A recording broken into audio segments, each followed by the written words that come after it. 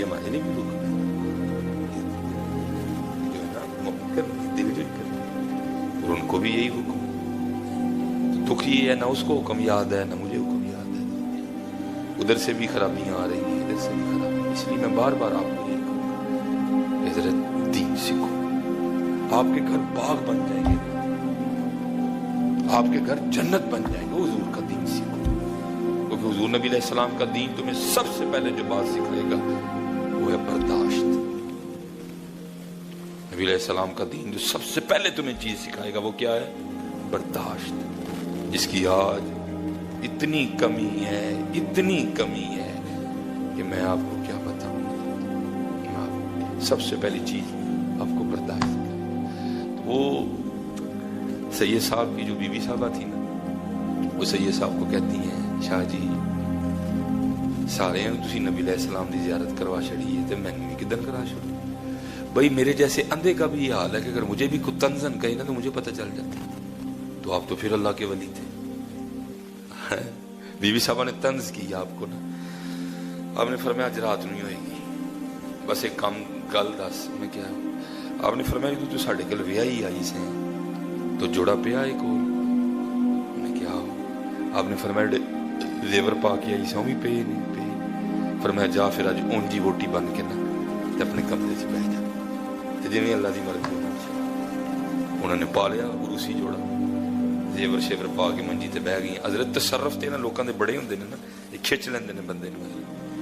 وہ کوئی اس طرح دی کرنی ہوئی کہ آپ دی بی بی صاحبہ دے جڑے بھائی نے نا وہ آ گئے۔ پہلے حضرت گھروں میں یہ ماحول ہوتا تھا، پاویں ووٹی دا بھرا بھی آیا نا، وہ پوچھے بغیر اندر نہیں سی جا سکتا، وہ بھی باہر ہی بہتا تھا۔ یہ بھی اتنا اوپن ہو گیا سارا کچھ، یہ بھی ہم نے شرم ہوئی آ کے جنازے نکال دیے۔ پہلے پاویں آنے دا ماما بھی آندا سی نا، پوچھے بغیر اندر نہیں جا سکتا، یہ بھی ہم نے شرم ہوئی آ کے جنازے نکال دیے۔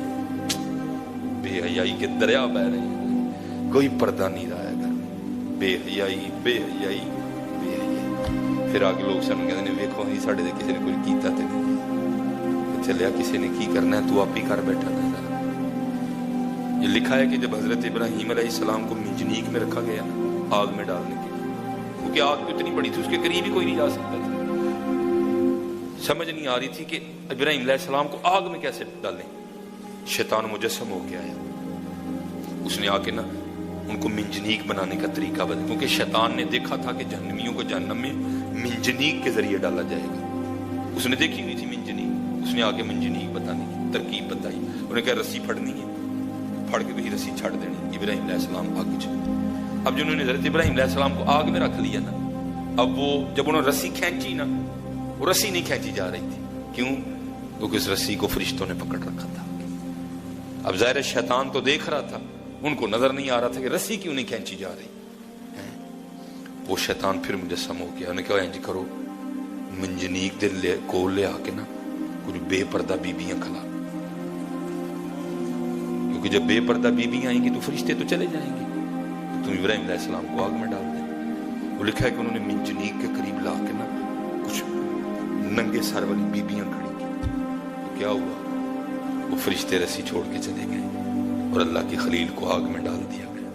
وہ آگے ہے کہ پھر نارے نمرود جو ہے وہ باغ بن گئی حضرت۔ تو بزرگ فرماتے ہو یار اللہ کے نبی موجود ہوں، وہاں بھی اگر بے پردگاہ بیبیاں آئیں تو وہاں بھی فرشتے چلے جاتے ہیں۔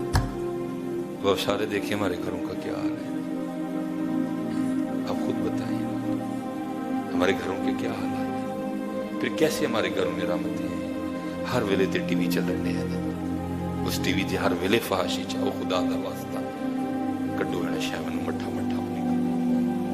اس کا طریقہ سب سے پہلے یہ ہے کہ سب سے پہلے اپنے گھر میں قرآن کھول کے مجھے بیٹھنا پڑے گا۔ میں قرآن کھولاں گا سارے کھولیں گے، میں ہی نہیں قرآن کھولا۔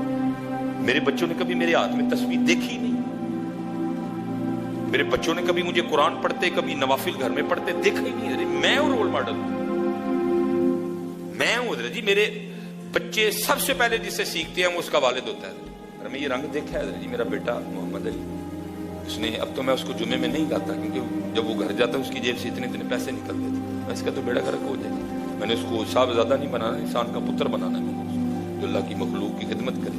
اس کو بچپن سے یہ بات اس کے دل میں آ جائے گی کہ میں کسی مشہور پیو دا پتر ہوں، میں اس کو جمعے میں نہیں لاتا اپنے ساتھ، بیڑا گرک ہو جائے گا۔